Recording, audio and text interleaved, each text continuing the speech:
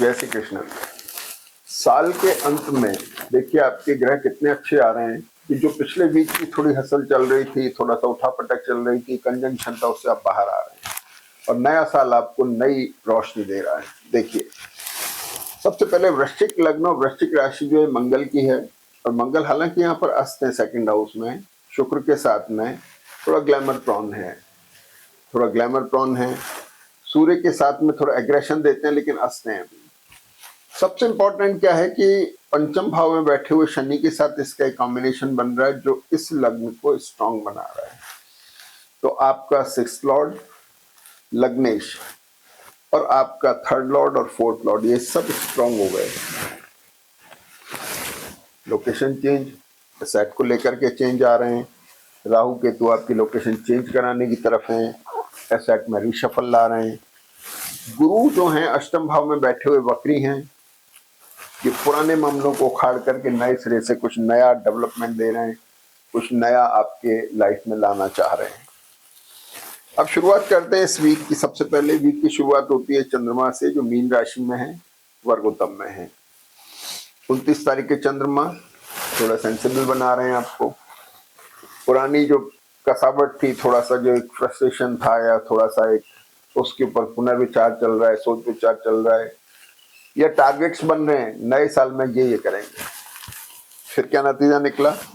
मंगल और शनि से चंद्रमा स्ट्रांग हो गए। इसी दिन चंद्रमा मेष राशि में आ जाते हैं, यहां भी वर्गोत्तम में है। मेष में दिन में 1:15 बजे तक चंद्रमा वर्गोत्तम में है।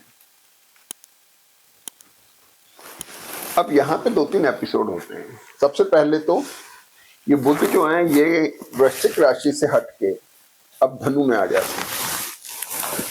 धनु में बुध आते हैं तो यहाँ 4 ग्रह हुए। मंगल बुध थोड़ा सा पेट की तकलीफ का कारक है, कंजंक्शन दिखा रहा है। मंगल शुक्र कफ एंड कोल्ड का कारक है। शुक्र बुध जो है ये भी कफ कोल्ड एंड टूथ का कारक है। मंगल सूर्य एग्रेसिव कॉम्बिनेशन, तो सारी चीजें एग्रेशन में आ गई। और शनि की दृष्टि और गुरु की दृष्टि से ये कॉम्बिनेशन बहुत एक्सप्लोरिंग हो गया। ये आपका धन भाव है, ध्यान रखने की जरूरत है, पैसा आ रहा है। और सबसे बड़ी चीज क्या है कि बुध जैसे ही यहाँ पर आते हैं तो सबसे इंपॉर्टेंट चीज जो मैं आपको बताना चाहता हूँ ये है कि जिन लोगों का व्यापार में कहीं भी पैसा कोई अटक रहा है, this is the ideal time when you can recover your money. बहुत अच्छा समय है। अष्टमेश को गुरु उखाड़ करके बाहर ला रहे हैं, पैसे दे रहे हैं आपको निकाल के। शुक्र वहां पर है, मैरिटल और बिजनेस रिलेशनशिप में भी रिशफल आ रहा है, पुरानी चीजें वापस रिपीट होती दिख रही हैं। प्रोफेशनल पार्ट के ऊपर भी चेंजेस आ रहे हैं। अगर जन्मपति अच्छे मोड में है तो अच्छा चेंज है, और खराब मोड में है तो थोड़ा ध्यान रखने की जरूरत है। मैरिटल बिजनेस रिलेशनशिप हो गए, एक्सपेंसेस हो गए, जो भी एक्सपेंसेस कर रहे हैं थोड़ा ध्यान से करें, ग्लैमर प्रॉन अपना एटीट्यूड ना रखें, स्टेबल माइंड से डिसीजन लेना है। थोड़ा एक मन में वो रहती है, डिससेटिस्फेक्शन तो है, इसमें कोई दो राय नहीं है। तो ये मेष राशि की बात हो गई।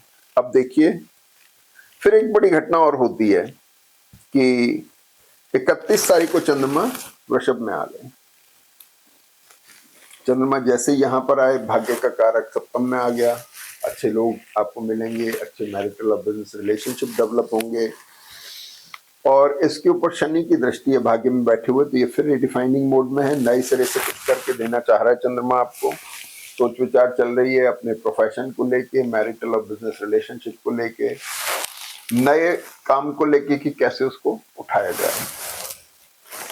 ये हो गई 31 तारीख को चंद्रमा हो गए। और फिर 1 तारीख को सबसे बड़ा इंपॉर्टेंट एपिसोड होता है जब ये राहु जो आपके चतुर्थ भाव में है, ये वर्गोत्तम में आ रहे हैं।